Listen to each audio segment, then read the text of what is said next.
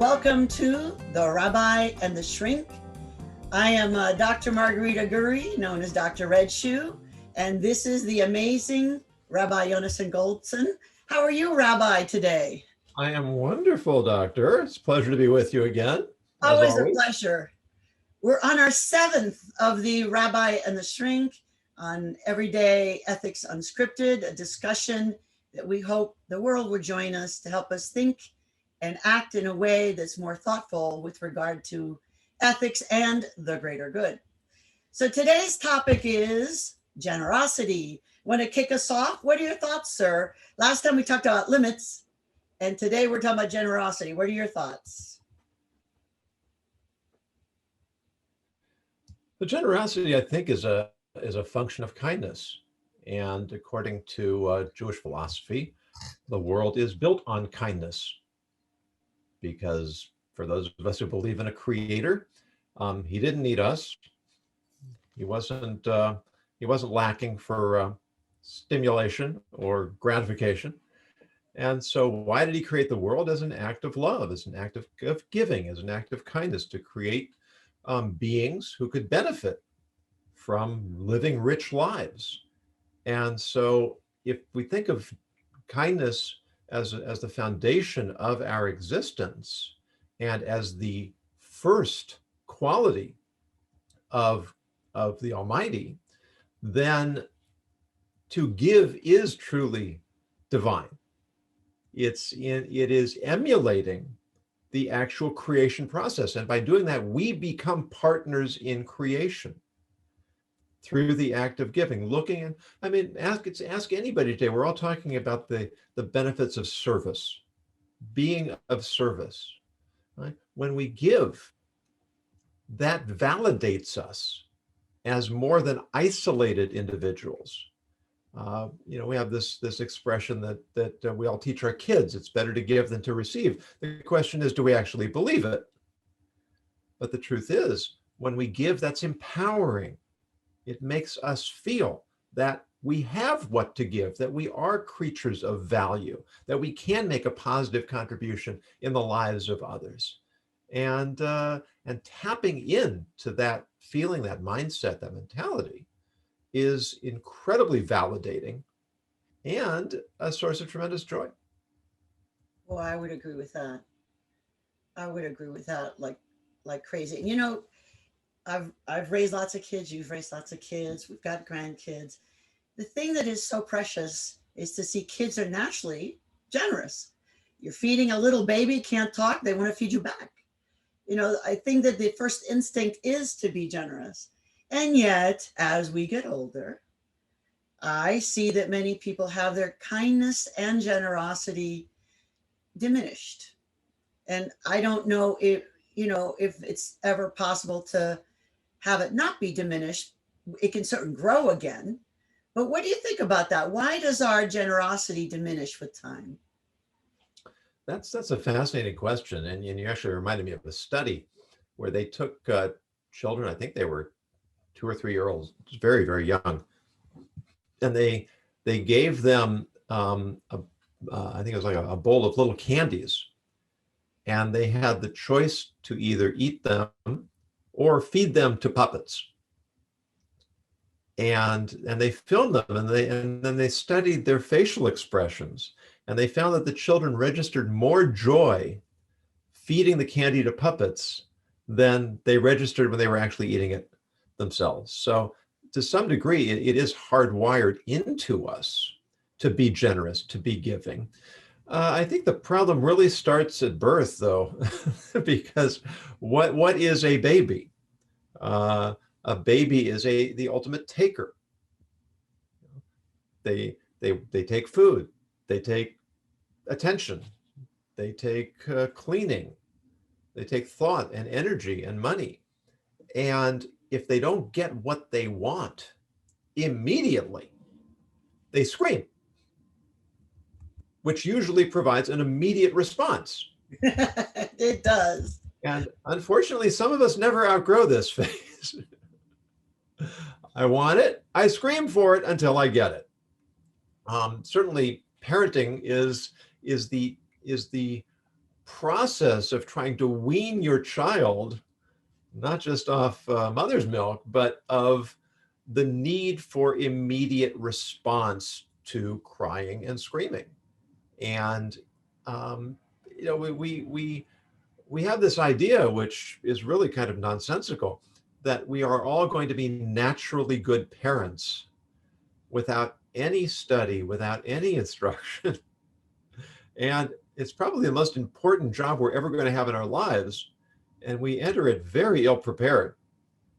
And this probably has a lot to do with why children grow up very conflicted about the benefits of giving to oneself and the desire to be takers. And there's that clash of a parent who is maybe overly generous, and those kids often grow up to be very entitled, and they're really good takers, but not so good at the giving. And I think that being able to understand, there's a sociological concept that all altruism is really for the self. Because if I give, I feel good. So I get, I give, I get, oi, right? There, am I sounding like a rabbi yet? No, okay. So I think that idea I of, think we're going to have a separate episode about altruism. you know what? That's a good idea. Maybe even next time do that. Altruism is a great and complicated entity. Is there such a thing as true altruism without getting something back? Even the babies feeding the puppets got joy. So that's an interesting topic. Well, what do you think about that? Let's add altruism to the generosity. That could really take us into the weeds. I remember when I first got to rabbinic seminary, I had been there, I'm sure less than a week. And I wasn't sure I was staying. I wasn't sure this was for me. I had a very compelling rabbi teaching me. He had been a professor of philosophy at Johns Hopkins University. He was extremely articulate.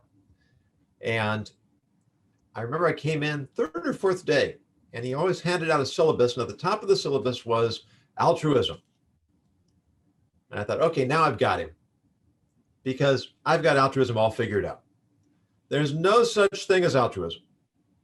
Everything we do is motivated by self-interest. And if I'm doing something nice, it's only because there's some sort of reciprocity, whether it's you owe me one, or I feel empowered, or I feel joy of giving.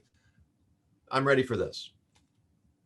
He sits down, he looks around the room, and he says, any college sophomore will tell you there's no such thing as altruism. It was devastating. Not only did you know what I was thinking, I was already several steps ahead of me. And I still have trouble articulating the classical philosophical response to altruism. It's very slippery, that if I want to do something for someone else, so we would say, well, I'm doing it because it's giving me some kind of pleasure. But what is it in me that finds more pleasure in giving than in taking? That's the altruism. That's whether it's a gene or a character trait, wherever it comes from. Why am I choosing that form of pleasure over some other form of pleasure? And today you hear people talk all the time about happiness is a choice. Gratitude is a choice. We're not necessarily victims of our impulses or our emotions or our temperaments. We can still choose to what degree we're going to indulge those impulses and which impulses we're going to give priority to. So there really is an altruistic element to us. It's true that we get something in response, but that's not necessarily the motivating factor that makes us do it. And I'm not sure it matters if it's the motivating factor. I think a lot of people, once they start giving, find that it makes them feel good and, as you were saying, empowered. and continue to do so, uh, maybe for a different reason than before. Maybe at first they did it just to get someone to like them or to get something. Sometimes we give because we want to get. Uh, I do believe that these habits can change the way we think and feel, even if we start out doing it for the wrong reason. Which is actually a teaching of the sages. If you do something not if, but do something for the wrong reason, and then you will come to do it for the right reason. So, of course, in today's society, and especially with teenagers, you have to, well, that's hypocritical. No, hypocrisy is when I say one thing and do something else. This is saying, I want to be a certain kind of person. I visualize myself as a type of person who is giving. I may not feel the impulse to give right now, but I want to be a giver. I want to be seen to be a giver. I want to cultivate in myself the character trait of giving. And so I will give even though I don't feel an inner desire to do that. And through the behavior, I will cultivate the character trait, which will then become the motivating factor through which I continue the same kind of behavior. And that's kind of what we were talking about before with apologies, making kids do 1, 2, 3, and you're sorry. They don't feel like it. It's not sincere, but they begin to walk the walk and begin to experience the healing power and the good feeling that comes with even a false apology. And I think that's the essence of manners, actually. Putting on a false sense for the sake of the greater good, or even for your own reputation. It doesn't matter what the reason is, as long as it's not to take people in. I mean, I worked at a federal prison, and there was a con man there. He and I had many conversations that were of interest to me and to him. We talked for a long time. I was there to teach psychology of adolescence, so we were talking about kids all the time, and how are they formed, and when did they know they were men, and how did they choose then to do these misdeeds that ended up in a federal penitentiary, in Leavenworth Federal Penitentiary. I was. And so the thing he and I ended up talking about is that he at first only thought about himself because he felt no one ever watched out for him. So why should he watch out for anyone else? And he started doing good things just to be known as a good guy so he could do a con. And in the course of the con, he got addicted, as he put it, his words, not mine. I got addicted to feeling good. Not just getting good, but feeling good by giving. And so I thought that was, he was a philosophical guy. All right, so we have some people now in the chat. And just for those of you who joined in, Malcolm, Joanna, and Dave Bricker, we're doing today as a webinar, but we're going to try and go back to having everyone's faces show, because we miss your faces. And please put in the chat, yes, do you agree that we go back to having people's faces show or not? Dave Bricker, yes. How about you? Yes, yes. All right, good. So we're going to try and do that and see how that works. Technically, we may not be able to do it, but we will try. And so put in the chat, please, your questions. What comments do you have? Do you think someone can be, I'll use the Catholic word, converted to the light side by doing false generosity? Can it convert them to being true, selfless givers? The great 12th century philosopher Maimonides said that most of life is habit. And that if we develop good habits, we'll have a lot more mental energy available to then deal with the situations that don't fall under those habits. We'll raise the bar for ourselves, and we'll be better positioned to make better choices when the unexpected comes about. The less we have to think about it, I may have mentioned this in the past, but it's always intrigued me that Steve Jobs, they say, always wore a black turtleneck and jeans. And his closet was filled with black turtlenecks and jeans because he knew that he was going to be having to make hard decisions and complicated decisions all day long. And he wanted to save that mental energy so he could offset the effect of what we call decision fatigue. That when he had to make the really tough decisions, he wouldn't have squandered that decision-making ability on something to him as trivial as what he was going to wear that day. I think that makes sense. I mean, I do know that good habits, if you do things in the regular time, end up saving us from bad decisions in the long run and but from wasting time.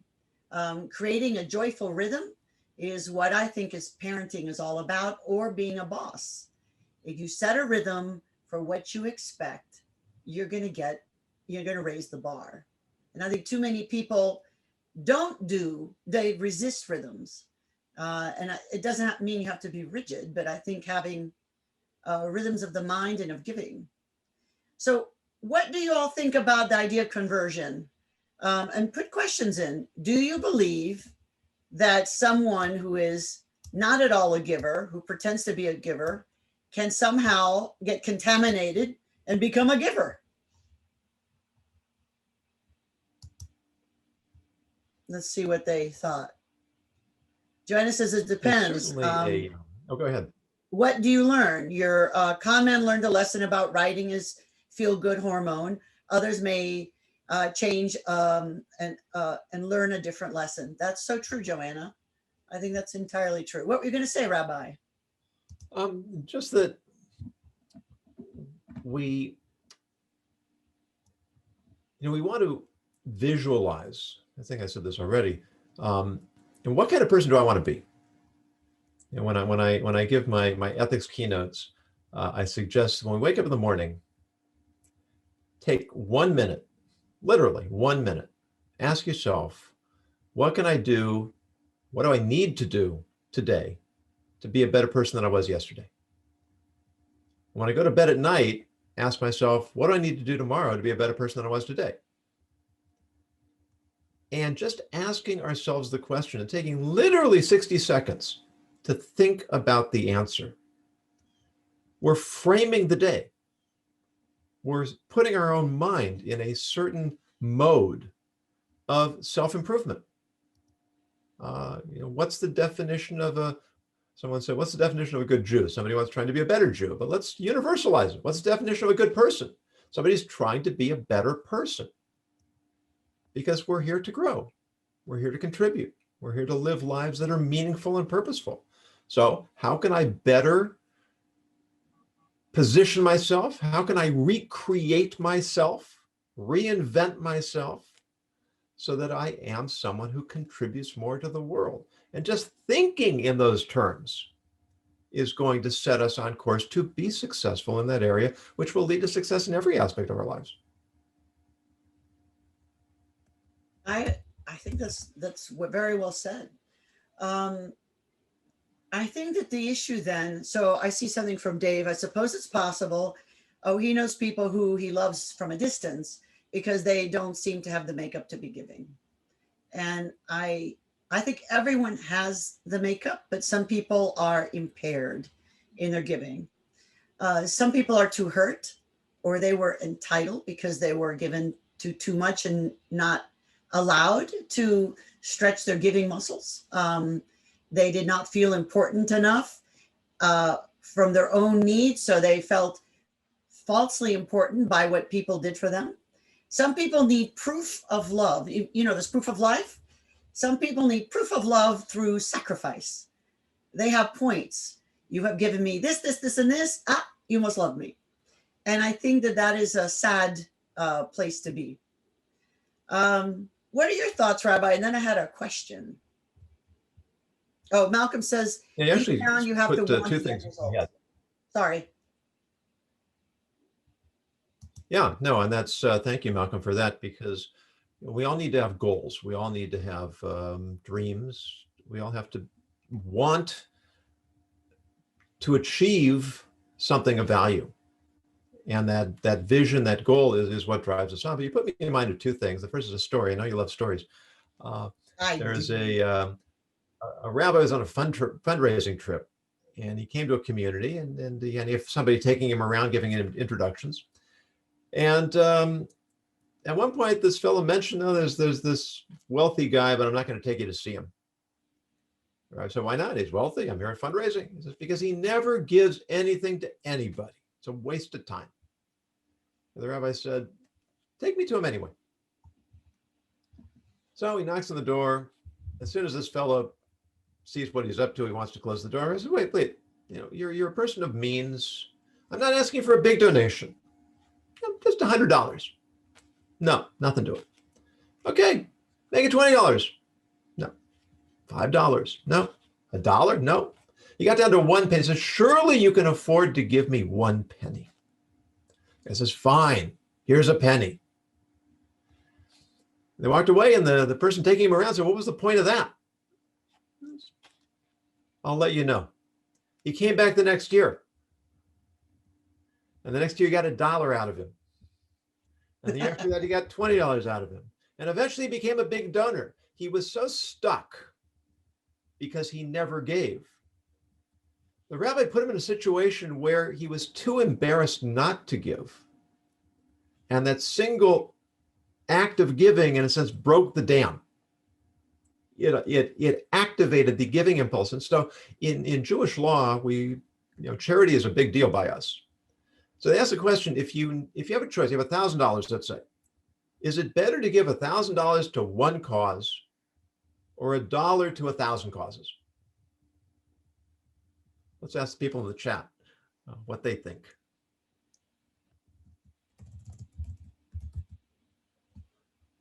So you can answer, is it better to give 1,000? Let's put it just that way. Is it better to give 1,000 to just one cause? Yes or no?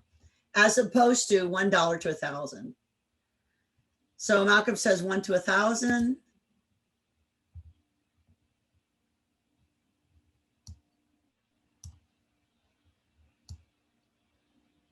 No one's chiming in. Our natural human instinct is to say what Malcolm said. Let's give 1 to 1,000. All right. Why? I'm sorry. Give 1,000. What was I'm sorry. Now, what was Malcolm's answer? He said give 1 to 1,000. Give $1 to 1,000. Yeah. I think often we would think, well, I'd rather give $1,000 to a single cause because that would make a difference. $1 to 1,000 causes isn't going to make a difference. However, the real benefit to the giver is to become more of a giver. So if I give $1,000 to one cause, I've done one act of giving and now I'm done. If I give $1 1,000 times, that's 1,000 individual acts of giving. Think of the difference that's going to make to me. And what's the likelihood when I give away that last $1,000, the 1,000th dollar, am I likely to stop there? By that point, giving will have become such a habit, such a part of my nature, I'm going to keep giving because I've become a giving person. So giving is not only for the receiver, giving is for the giver as well. So there's a concept that many people struggle with. Is it true generosity, or does it count on earth or in heaven with God if I give and tell everyone? Or does it only count if I give and tell no one, except for, of course, my accountant in the IRS? It's certainly, actually,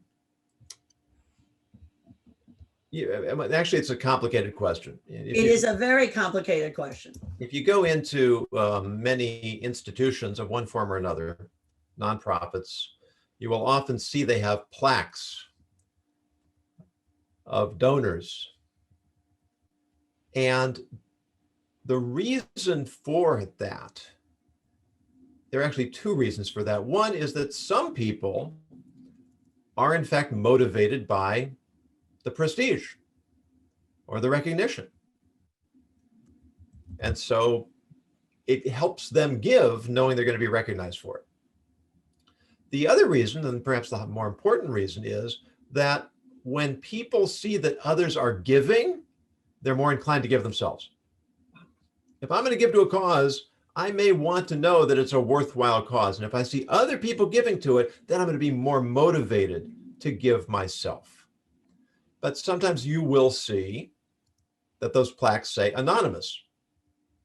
Anonymous gave $1,000, $10,000, $100,000. Why? What's the point of putting that up on the plaque? Anonymous isn't getting any credit because nobody knows who Anonymous is. But I know when I look at the plaque, somebody gave a lot of money and they gave it not even wanting to get recognition for it. Is that not more likely to motivate me to become a contributor as well?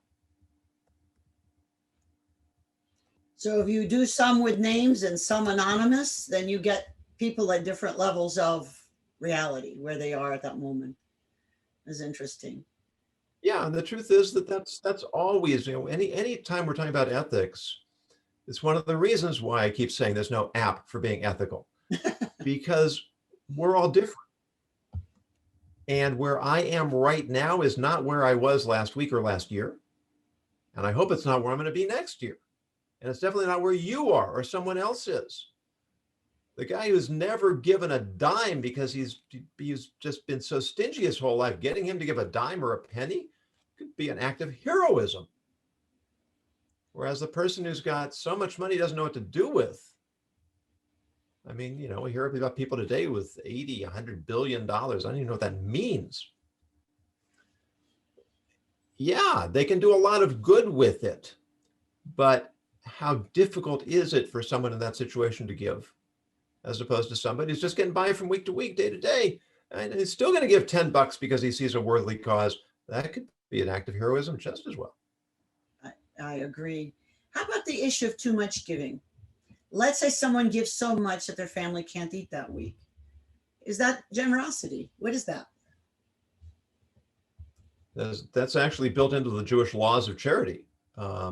We're obligated by Jewish law to give 10% of our income to charity.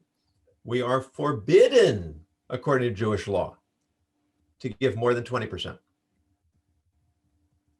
Because if I give too much, then I may become a charity case. I may not be able to take care of my needs, my family.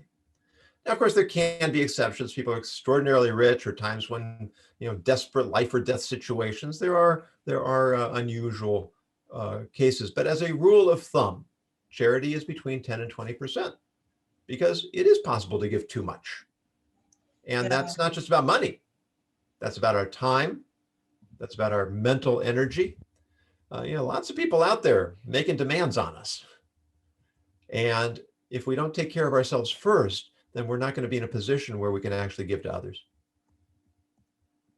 I've been dealing with a lot of clients and even colleagues who are struggling because they are normally rather flush financially, and they have these habits of giving time, money, energy, all sorts of services, things like that. But now they find themselves unable because they don't have the same amount of money or the same amount of time because they're focused on surviving. What do you say to them?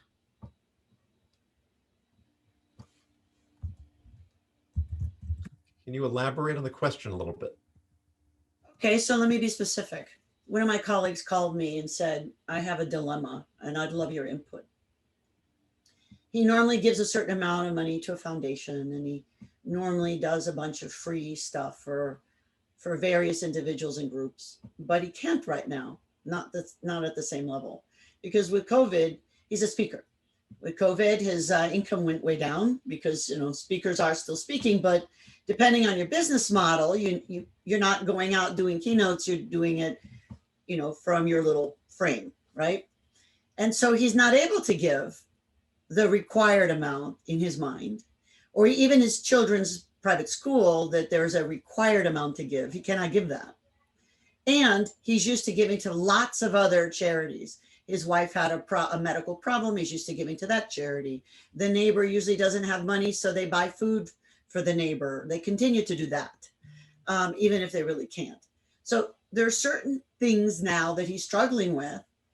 How do I think about this? And what do I say to whom, when, where, how, and why? That's where he's struggling.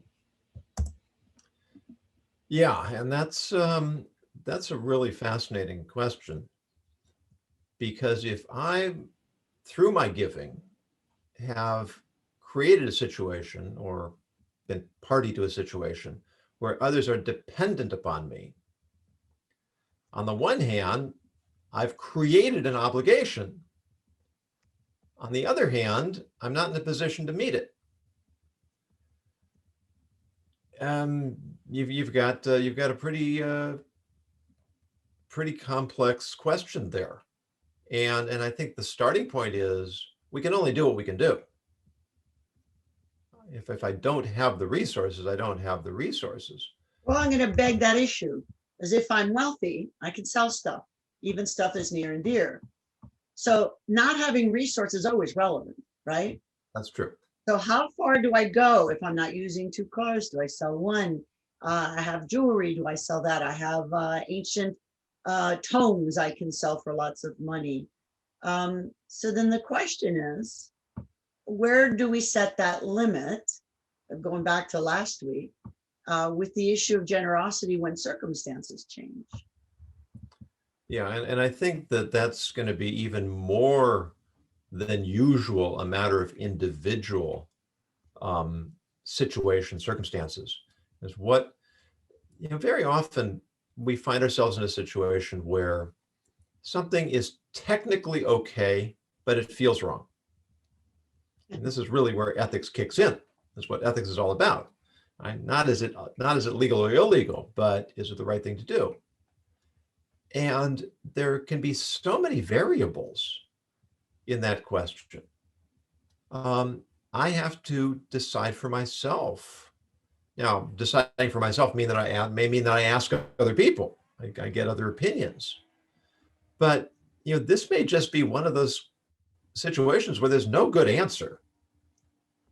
To tell somebody that you're obligated to sell your possessions to give charity because others have become dependent on you, that's asking a lot.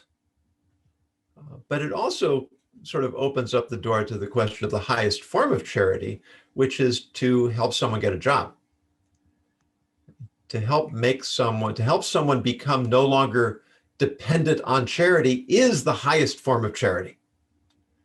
And so there's an element of foresight. This actually gets into a different element on the same question of generosity, or what I framed in the beginning as kindness.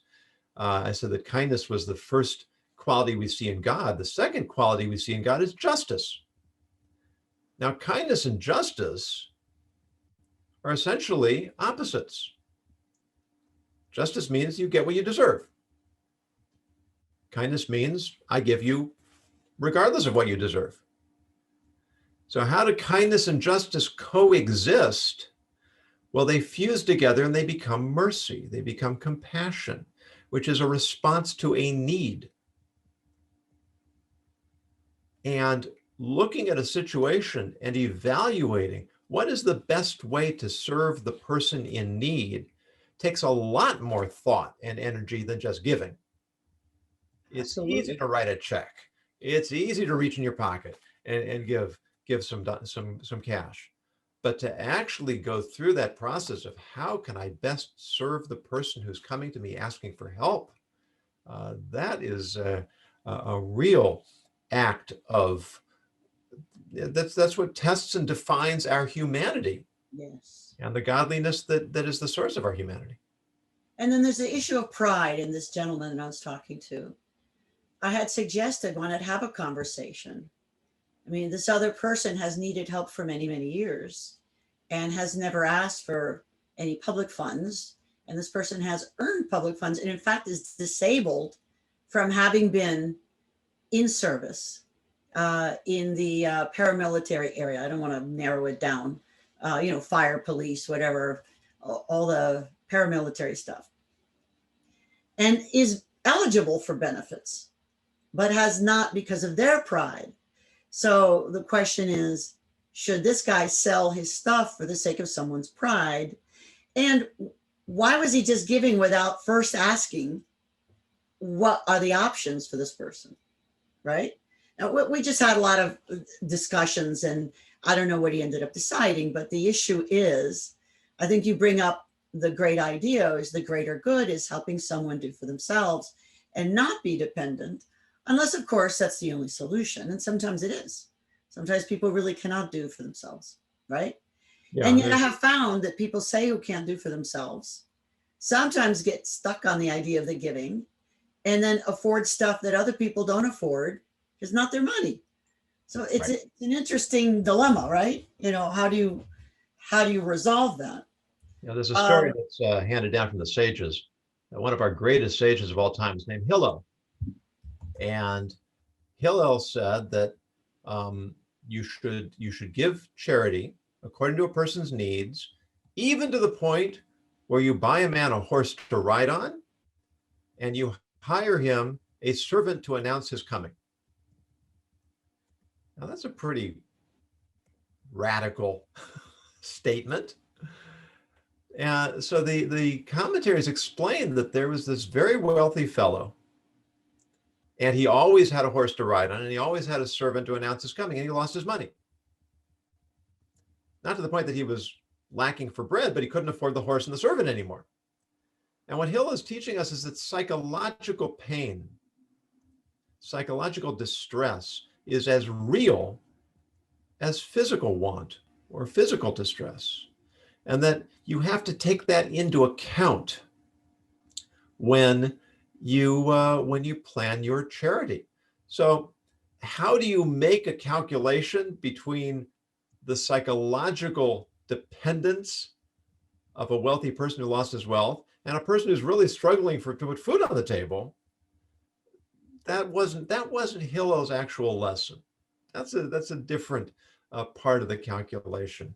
But to recognize psychological need, and it's also telling us something more profound, which is, would you want to be that guy who is so dependent upon the horse and the servant that you can't function, you can't go out of your house because you don't have those things anymore?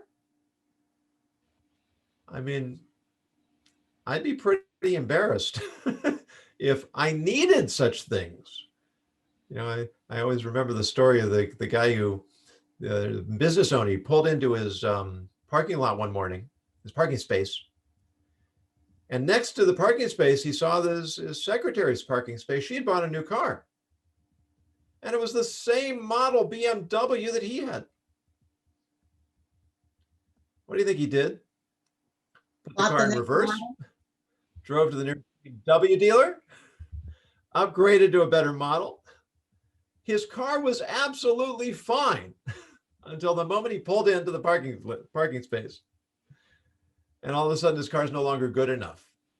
This is all part of the mindset that we want to cultivate or don't want to cultivate, to have a sense of what's really valuable in our lives, so that we don't get caught up in these distractions that actually make it harder for us to do the right thing. Well, I speak on my experience as coming as a refugee from Cuba, and our families had means, and we're financially blessed. And coming here, I noticed a huge difference. My parents said, "We're Americans now. We're free. There's no complaint." They never complained. And yet I saw other people who had not the same means that my parents had. I didn't know that. I was told when I asked. I was only 5, so what do I know, right? Um, and they were bragging about all their money and all their property, and everyone had a tobacco plantation and all that kind of stuff, because then they could build up themselves and then live in the poverty, the temporary poverty, more comfortably with the made up losses that they had experienced, right? And I always thought that that was fascinating, how people can feel better about losing more or less. It's still a loss. You're still starting over with nothing, right? So it's a mindset. It's interesting, isn't it? And Yeah. I didn't understand it. I have to say I still don't quite understand it. As a psychologist, I can give reasons and sound like I know what I'm saying, but emotionally, I still don't get that. But it is what it is. So Malcolm was saying, how about passing on this year and make it up in the next year? And I think we addressed that issue already, that maybe they're just dependent on it. And I still think the most generous thing to do there is to have a conversation, because generosity is two ways. I have to be generous as a giver and as a receiver, right? So what would be the most generous thing we could do to help that neighbor or that loved one or that stranger? How do you meet both needs with a generous spirit? It's an interesting question and not an easy one. How do we make that happen? I will tell you another story. I love your stories. That the head of a big institution in Israel came to a wealthy person in the States and made a pitch for a big donation. He wanted $1 million. That person said, listen, I know I'm wealthy. I'm just not prepared to give you $1 million right now. So the rabbi said, okay, how about a loan? Lend us $1 million, and when you need it back, we'll pay you back. Okay, he went for it. Wrote up a contract, lent them $1 million. A couple of years later, there's a fellow, you might have heard of him in the news. His name was Bernie Madoff. And this wealthy fellow lost everything. Except because he lent the institution $1 million, he was able to get that $1 million back. So sometimes looking for a creative way to help somebody, it may not be exactly what they asked for, might not be exactly what they're looking for, but if I'm willing to put myself out a little bit, use a little creativity, I may find that in the end, I help myself as much as I help them. Of course, my question is, with all the restitution, was it really his million? Did he really have anything left? Is what is one of my questions. I mean, what is really ours and isn't ours if we owe? Interesting, isn't it? Yeah, and those are questions that we just have to struggle with. But ultimately, and that's why I think a lot of people give. Someone recently asked me for a loan, and I said no, I would give it, because I don't know when they'll be able to pay it back. And this person has many, many children and is in not a good situation. I mean, I'd rather give a gift than have someone owe me that and free and clear. And this is someone I know without a doubt would give me money if I needed it. And it's not about tit and tat. It's about, my parents often said, be careful about lending. You want to give.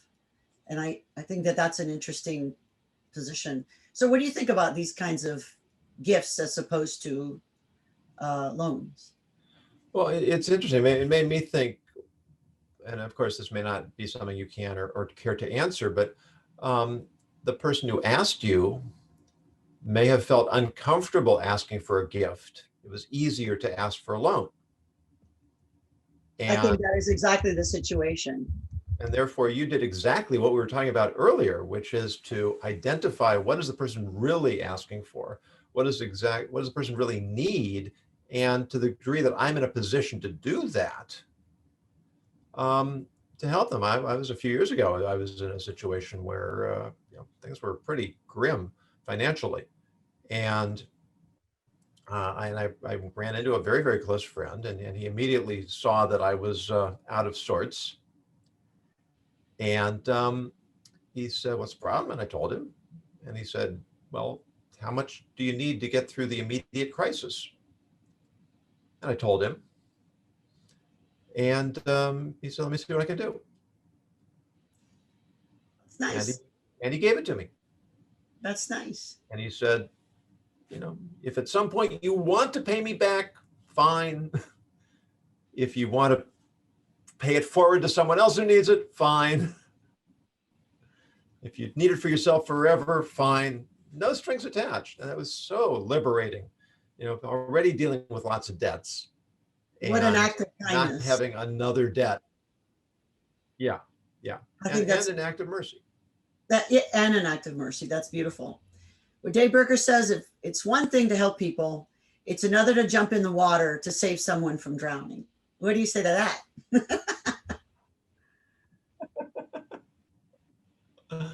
Well, if you can swim, if you can't swim, now we just have two people drowning. Years ago, the New Yorker magazine had, you know how they have these great comics, right? And they had on the shore a man, a woman, and a child, and in the water, someone drowning. And they said, drowning victim was the quote. And then on one, you know how they have different levels. One was said hero. So then they had the husband swimming in, and then he's drowning. So then now we have the victim, drowning victim, and then we have selfish man was the bubble. And I thought that was interesting because he extended himself beyond what he could do, and he left his family alone. Yeah, which, again, goes back to the idea, giving money that you can't afford to give. Yeah. Yeah, and as Dave also said, strong swimmers drown along with panicking swimmers all the time as they get pulled down. Yeah, I was thinking that too. The lifeguards have to be trained. Yeah. What do you do when you go out to help somebody and that person threatens your life? And so, they've got this whole, headlock thing that they put people into, which looks like it's very cruel and unpleasant, and in fact is the only way to save both their lives. Yeah, it's amazing the steps we have to take to make sure that our actions have the positive impact and not a negative. It's interesting. Well, there's a famous road that's paved with good intentions. Good intentions are great. From time to time. Yeah, we've all walked the road. I hope we haven't gotten to the destination. There are a lot of cracks in that road. Good intentions are important. And sometimes intentions are important, but it's not enough because we can have an intention, and especially since we're good at fooling ourselves. So sometimes our true intention is hidden to us until later. That's a good sometimes point. We're what we hope or fear and not the reality of who we really are in that moment. So it's interesting. So we have about 10 minutes left. The word of the day is, Rabbi? Word of the day is thazagoraphobia. And I will put it in the chat. And the definition is, what's the definition? I have it here. Fear of forgetting someone. Oh, that's right. I remember now. Okay. Fear of forgetting. But also, I've stepped on your joke. I'm sorry. You got there. I thought it was funny. It's not just fear of forgetting. It's also fear of being forgotten or fear of being ignored. And I think at some point we're planning a program on bullying. Ignoring can be an act of bullying. We all want to be recognized. We all want to be appreciated. We all want to have ourselves validated. I mean, a person who has tremendously developed self-esteem and self-confidence and self-assurance, right, which is the way we should be. We don't need other people's approval, but most of us are longing for people to show that we're important, to make us feel important, to help us feel important. And it's really quite debilitating to have this sense that I don't matter, I'm not important to anyone, people don't think highly of me. So it kind of works both ways, is that if I want people to value me, I need to be valuable. If I want people to appreciate me, I need to act in a way that is worthy of appreciation. But from our point of view towards others, finding opportunities to recognize people. As a teacher, it was easy to recognize the good students, or I should say the accomplished students, but looking for opportunities to recognize students that may have been weaker, that may have been struggling, to help them with their self-confidence. Look, you can succeed in this too. You have value too. You're important too. It's all part of the human interactions and building a healthy society. And then going back to the issue of people, so one of the dangerous parts in terms of feeling to needing to feel important is that sometimes we're with people who are not good at that. And we have to know that we were born for some special mission. And we may never get recognized by some of the people that we grew up with or that know us. We still have to recognize inside of us we have something valuable. And that's where the generosity of spirit with self and with God comes in. If you know God made you just the way you are, quirks and all, you have to find a reason. Oh, why was I born? Why was I chosen? What was I chosen to do? What's my mission? And a lot of times people waste time and energy and they break their hearts over and over again by getting their mother or father or some person who's stingy or unwell mentally. They want to say, we value you. Well, that's not going to happen. You have to pretend that you feel it, that you can almost hear God say, yo, you're important. I chose you. Go, be, do. And I think that don't waste time on getting the approval of people who are stingy or unaware of how to, or don't feel they're important enough to give anyone approval. So that's my thought on that. So I'm confused. Are you the shrink or the rabbi? I think, am I being fused with you now? It actually reminded me that when I got to rabbinic seminary, rabbinic college, and began studying, and my father, I was not raised in a religious home at all, and my father had a very difficult time with it. He thought it was a cult. He couldn't understand why I was doing this. This is just another example of my irresponsibility, and I remember I wrote a long letter. He wrote me a letter first, explaining all the reasons he was unhappy with me. And I wrote a rebuttal. And I had the good sense to show it to a wise friend before I sent it, which is something we could talk about at another point. And he pointed out a number of things to me. But one of the things he said is that you're trying to get your father to approve of what you're doing. And he said, he never will. And he said it just like that. And it was just what I needed to hear. Trying to get someone else to do something they're not going to do is not a valuable use of our time.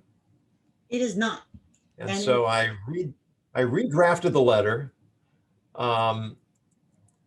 Subsequently, many years in the future, when I became a rabbi, I had a title, I was a teacher, I was publishing articles, I was a success on my father's terms, then he began to respect me.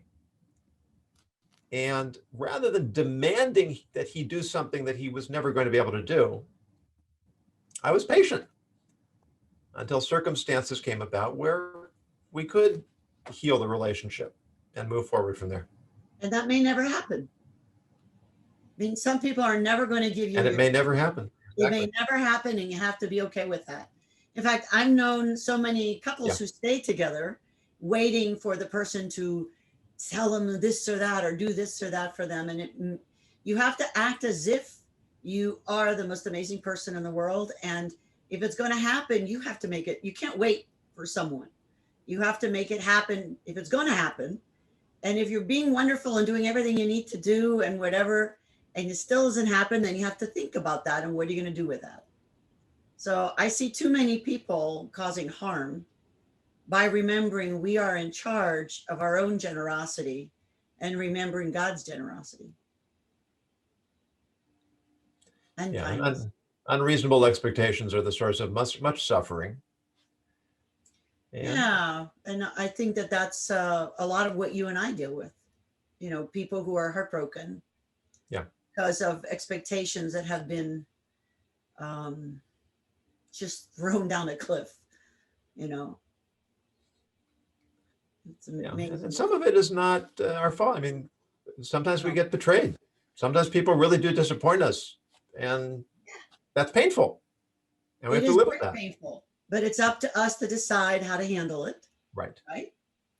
One of the mistakes I think many people make is when the person finally does come around, they're not gracious. They throw it in their face or humiliate that person. And I think that's a huge mistake. Oh, yeah. If someone does come around, I think it's kind of like many mistakes. You walk through the mistake with your chins held high and you greet that person. It's, I think, a big mistake to rub people's noses in it and shame them. Well, we just talked about apologies, right? We did. Accepting apologies is just as important as giving apologies.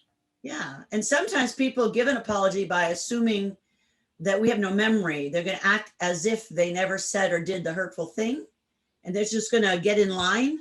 If that's the best they can do, we can try and ask for an apology, but we may not get it.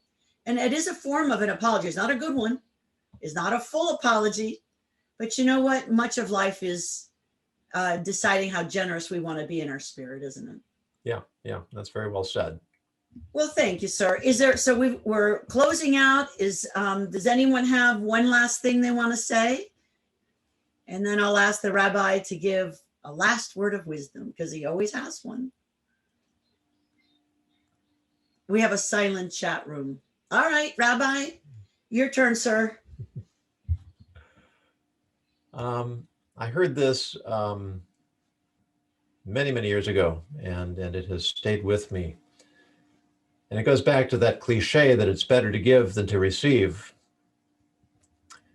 So if that's true, and we believe it is, then what's the greatest gift you can give someone else?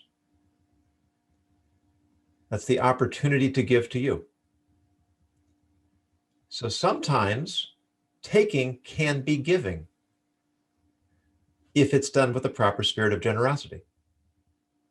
I remember we had a situation when I was in seminary where the cook from the cafeteria she had a commitment one night, and she asked one of the students to take over to serve the dinner that night.